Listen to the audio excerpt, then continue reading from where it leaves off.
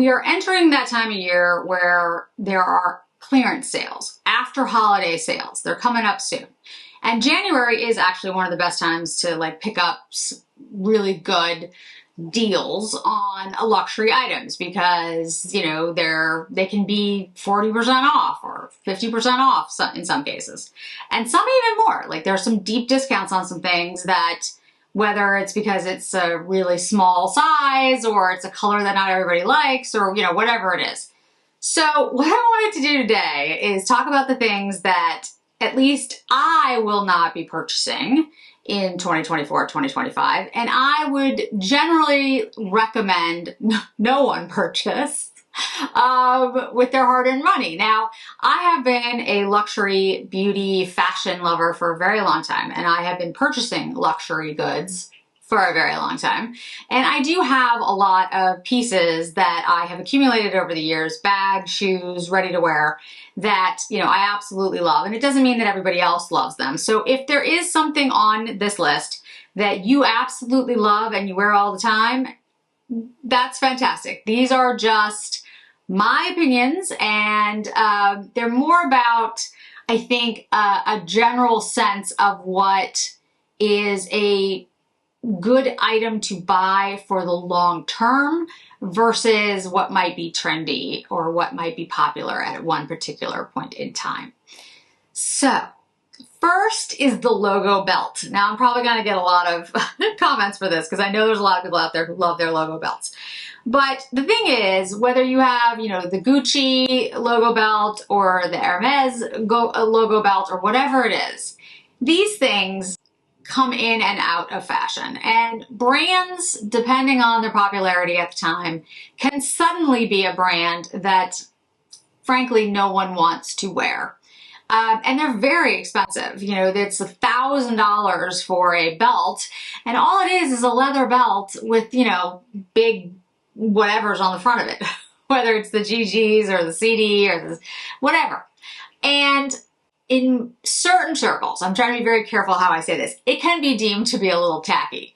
Now, that doesn't mean that if you love it, again, you shouldn't wear it. If you love it and that's your style, that's fantastic. But if you're talking about something that's sort of like that, you know, timeless, classic look, the idea of a logo belt does not fit with that. Again, this is just my taste. These are my thoughts. But I would also say just the ostentatious nature of a logo belt is something that I don't think stands the test of time. Again, because brands go in and out, popularity, that type of thing. A really good belt absolutely stands the test of time. So if you want to get something that's really well made and looks really nice and that has a particular design element to it, yeah, that's fine. But the ones that specifically stand out as, oh yeah, I know that's a, you know, a particular Gucci belt or whatever, those are the things that I think are trendy, maybe a little tacky, and a little overdone. And I think, you know, there's a lot of good belts out there. Ferragamo has some great belts. Loewe has that, you know, anagram design. Celine, where the design element is still there if you're looking for something like that, but it's not so over the top and so overdone that A, everybody has it, and B, it points to a particular point in time in life. And so, you know, you're going to spend a lot of money on it, and then 2 years later, you'll be like, oh yeah, I don't want to wear that anymore. Two goes along with that in the sense of like trends and stuff. And I think overall, just anything trendy can be a real waste of hard-earned money. Any super trendy bag. And what do I mean by that? So when you start to see certain trends go into style, right? They become the trend for the season. And there's usually one or two it bags. And then everyone copies them. Like you have multiple dupes of that bag. And one of the things that I recently thought about was the Louis Vuitton Murakami collection. When it first came out 20 years ago, it was everywhere. Everybody wanted those bags. It became a super popular trend, and all the stars had them. And then tons of dupes were made, and knockoffs, whatever you want to call them, and like everyone had that design, that style, that design. It's happened with, you know, every bag that's ever become the it bag. And the thing about that is when that happens, like when you start to see that, even with other designers creating a bag that's similar in structure or design, generally they're not as well made because they're made quickly to catch up with that particular trend. And two, again, they point to one particular time in your life and you never wear them again. Now, if it's a design and a color or, you know, structure that you love and that's your thing and you wear it all the time, regardless of what the trend is, then it's not trendy, then it's your style.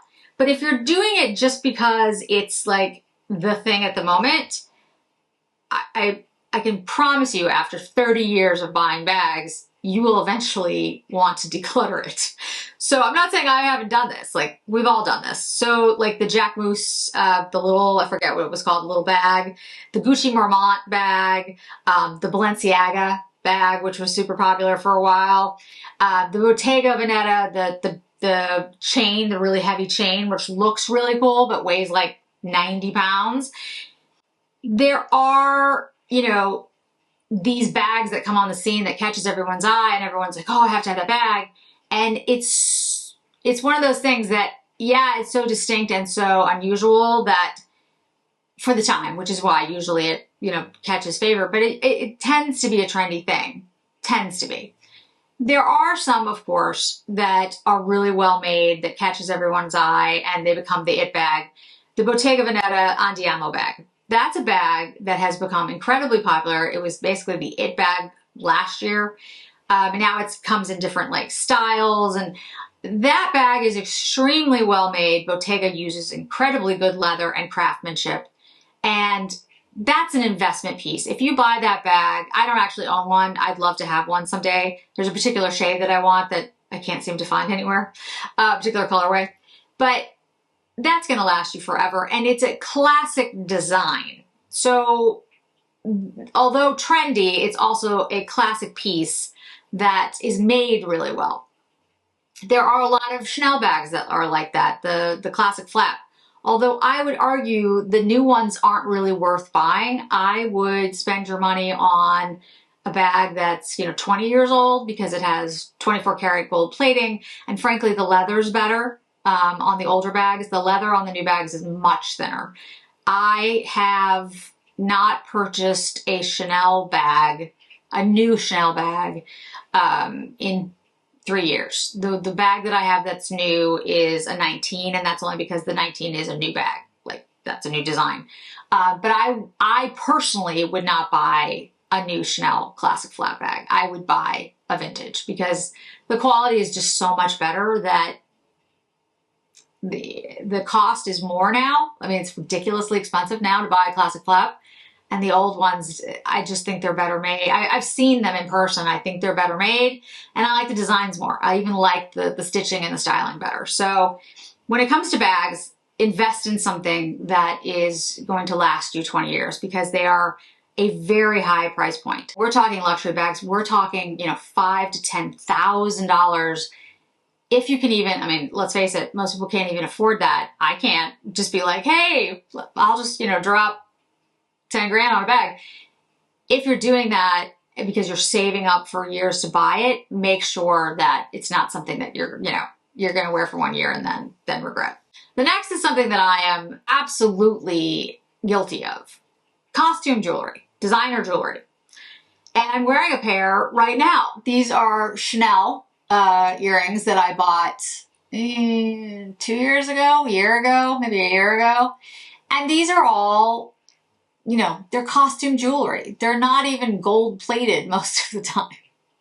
And you're spending, these are like $1,000. $1,000. You can buy actual gold and actual gemstones, precious gems, precious stones for $1,000. Here's the thing, right? Again, if it's something that you really love and you'll wear for the rest of your life, there's nothing wrong with purchasing things that you like. But in regards to you know, return on investment, and like, I don't really see any of this as investment. I see these things as things that I love and I enjoy, but let's be honest, it's made out of plastic, or it's made out of crystals, or, you know, these are not particularly well made. And in fact, many of the newer Chanel pieces I've heard people talk about, especially the ones with pearls, the pearls fall out, you know, the metal tarnishes. There's jewelry that's made, vintage jewelry that's considered paste jewelry, which I collect, that honestly is far better made than these will ever be. They're actually quite expensive. A paste Riviere necklace can be, you know, easily $3,000 to $5,000 because it's set in, you know, a very strong metal, and the designs that went into creating those pieces basically are the same designs and the same craftsmanship that went into creating precious gems, because they were made to sort of to be a paste replica of the real thing. So in my mind, again, vintage is better. And if you're gonna spend thousands of dollars, spend it on real jewelry. However, like I said, I buy Chanel jewelry. I buy Bottega Veneta. I buy Dior. Not as much, but I do. I would say that, again, vintage Chanel jewelry definitely has a market.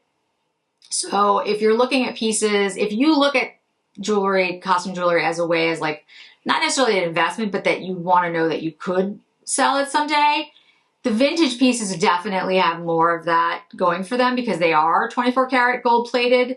And there are pieces that are like collector's items in Chanel that definitely you'll definitely make money on those pieces. So again, it depends on why you're buying the jewelry, the bags, the belts, all of those things. If you love them, none of this applies. But if you're doing it as sort of a trendy, you know, it's in right now kind of thing, yeah, I would say costume jewelry is not the best way to spend your money. Number 4. These are specifically a pair of shoes, but I say this in general. Designer luxury flip-flops.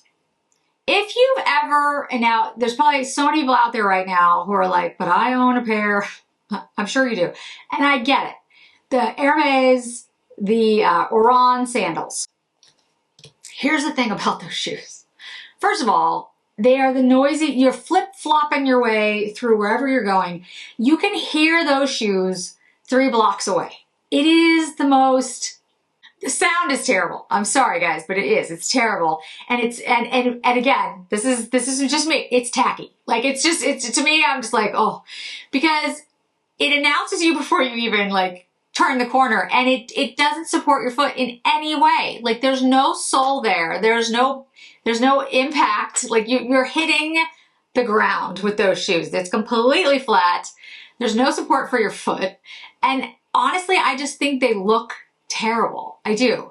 Now, again, personal opinion. I know the Orans are very popular, but I cannot stand them. I just think it's a terrible shoe. And any flip-flop like that, I hate. The ones that are super flat, like just straight. And Dior has them now because they have like a velvet flip-flop. I don't know who thought that was a good idea. My God, I mean, you're gonna put your bare foot in a velvet flip, like really? Yeah, any flip-flop that's completely flat, and you know the sound, and as you walk goes flop, flop, flop, flop, flop. It's just so horrible. And if you're looking for like really good flip-flops, there are great flip-flops out there that are more like contoured to your foot. They have sort of like a sole to them so you can walk.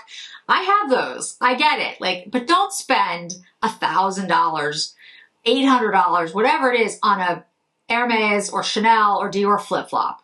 Like, there are so many better ways to spend your money. On this one, I hold my ground. I'm like, I'm sorry, but no. If you're buying like a platform, there's the Easy Hermes platforms. I have a pair of those. That I can see. I'm like, okay. But it doesn't flip-flop as you walk. Like, it doesn't make that terrible sound. Plus, there's actually a cushioning for your foot. So I'm like, okay. And it stays on your foot. The Orans don't even stay. The H is like just across your toes and your whole entire foot, because I have a real issue with this. And the flip-flop idea in general, I don't understand why you spend $1,000 for that. Like, unless you have so much money you don't know how to spend it, put that money towards like saving up for a bag or, you know, vintage jewelry. I don't know, anything. Pay your rent with it. Like, I just don't buy those. Please don't buy those. Now, the last thing, I think everyone is going to be like really shocked when I first say it. Luxury skincare. So why do I say this when I talk about luxury skincare all the time here on my channel? My issue with luxury skincare is not individually for certain products. My issue with luxury skincare is the lines of products. I hear people say things all the time. They're like, oh, I use the insert name here line of skincare. Here's the thing. Each brand, right, luxury skincare brand, does, in my opinion, have products that work really well for different individuals, depending on what your issues are. If you're not going to buy, or if you're not going to go to a dermatologist and get medical grade skincare, which is available, you can go to a dermatologist and they can recommend things to you for whatever issues you have.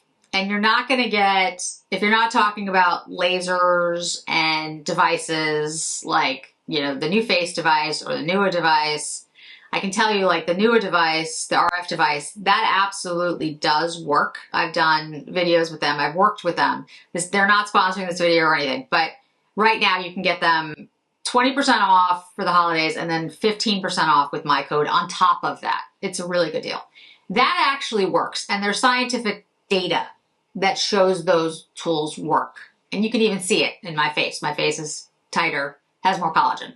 It's just, it's basically the same thing that a doctor does in an office. It's just at a lower, you know, RF frequency. So like a newer device, yeah, that's going to work. Laser's going to work. But skincare in general is very difficult to show unless you have clinical studies that show what it prevented, because you'd have to see a picture of what you would look like if you hadn't done it, which you don't have. But I will say this, there are certain products that I use and I love and they work for me. It doesn't mean they're going to work for everybody else, and it doesn't mean every single item in the skincare line is the best thing ever. It just means that one particular product made by that one particular brand is a really good product. So I happen to love Clé de Peau. I happen to love Sicily. I happen to love some products by La Mer, which they have discontinued, by the way. The ones that I really, really loved and used every single day, they have gotten rid of. So that's a whole nother thing. As I continue. Sicily has amazing products. Clé de Peau has amazing products. Chantecaille has some products that I really, really would go to bat for. I'd be like, yeah, they actually absolutely work. True Botanicals has a cream, Chebula cream, which I really do believe helps with my rosacea. Hands down. Biologique Recherche is a line that I use all the time, and I feel like their masks and their P50 lotion are standouts for them.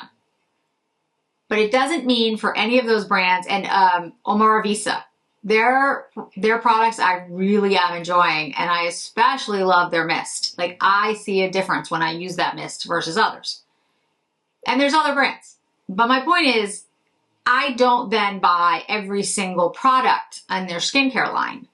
I try different things all the time. Different brands send me all different types of products, which I try out.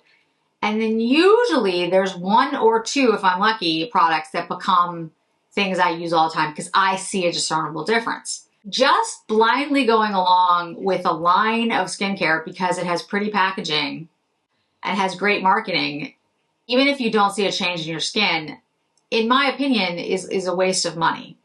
There are a lot of great lines out there that are much cheaper and don't have the marketing budget and work extremely well.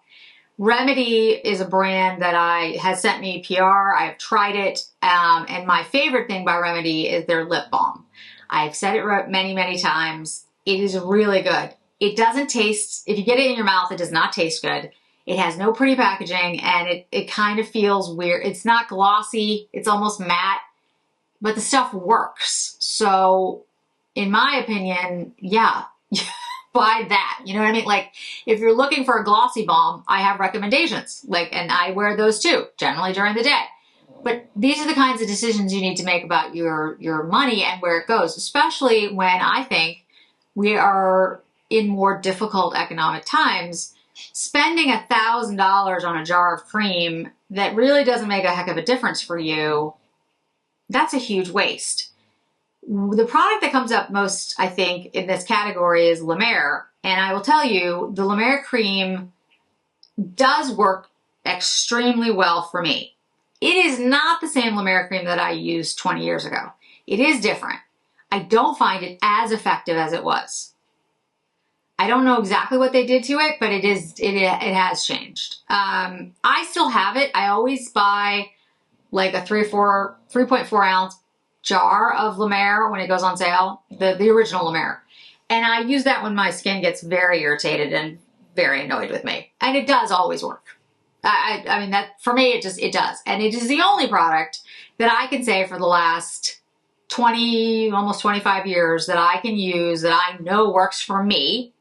And I have no sensitivity to it. I can put it on my eyes. I can slather it on my eyes, my eyelids. I mean, like I have no problems with it. There's no sensitivity. There's no redness. It calms my redness.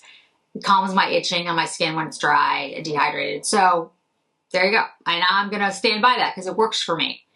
But I am sure there are other products out there that will have a similar effect. And I generally know that there are products that will give a similar result. I happen to really love La Mer and I feel loyal to it and I will keep using it. The products that I use from La Mer that they discontinued, I would immediately stand up today and say, you should go buy these, but you can't because they discontinued them. I don't know why. They were great. They were absolutely fantastic. I have backups that I'm working my way through, but I'm very disappointed that they got rid of them.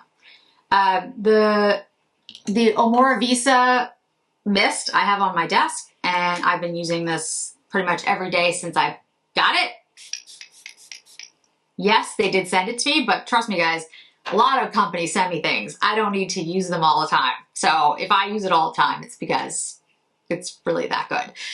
The Clé de Peau, this is the emulsion. We paid for this ourselves, my husband and I. This is, you know, I didn't, no one sent me that. Yeah, it's extremely good. It's basically meant for more of like an oily skin, but it works really well as skin prep for me. Their eye cream, actually Clé de Peau just sent me their eye cream. Thank you Clé de Peau for sending it to me. It's the eye cream I already have. It's my favorite eye cream. That's the eye cream I use. So most of the time. So yeah, there's a lot of products, but again, you notice I have a Clé de Peau product. I have a La Mer product. I have a Amora Visa product. I have a Remedy product. Like I have different products. I have Biologique Recherche mask. So the P50. Again, these are different brands for different products. I feel like there are a lot of standout products in many different lines. Just buying into an entire line of very expensive skincare, I think is generally a bad idea. Again, these are my opinions. So I would love to hear your thoughts on all of this. These are my don't buy these, please, and my alternatives out there. You know, again, I'm guilty of a lot of these things. I've bought trendy bags before. I continue to buy costume designer jewelry. I probably will into the future, although I do tend to lean more towards vintage than anything else, but still. And I have not bought a logo belt or on sandals, and I have not bought an entire line of skincare. But the others I'm absolutely guilty of. And again, these are just my thoughts on, you know, I've gotten a lot of questions about the expense of a lot of things, luxury, and I think it's always important to question whether the money you're spending is, quote, worth it. But I think especially now when things are more difficult and it's more difficult to afford a lot of these things, and you have to, you know, really, I think you should anyway, really think about whether what you're buying is worth it, or if it's just because it's popular or it's trendy or the marketing is really good or you see your favorite, you know, and I'm going to use influencer, and I don't mean me, I mean like famous people using the product, and you're like, oh, well, she uses it or he uses it. And to be honest, most of the time, they don't. I mean, there are probably like some people that are being very honest about what they use, but you know, a comment, and everyone out there knows who this is attributed to, that I use olive oil on my skin, that's why I look so good. No, you're not using olive oil on your skin. I mean, like that kind of stuff. You know, there's been comments like, oh, you know, I just outlined my lips bigger. It's not lip filler. It's lip filler. Like, we need to be, I personally think we need to be honest about all of these things. So it's very difficult in today's day and age when you see these images of, I have this logo belt, I have this trendy bag, I have, you know, this jewelry, I'm wearing, you know, the entire line of whatever. And honestly, you can't really trust what you see. And I know that's ironic, me saying that to you as you see me here. But, you know, question whether or not the things are working for you. If you really feel like it's worth your time and investment, because when I say investment, I mean, you've worked hard to earn that money, and that money is going to these things. And if it's just going to be for a year or two or a month or two, is it really worth it? Thanks so much for joining me today, guys. I really do appreciate it. I hope to see you in another video really soon.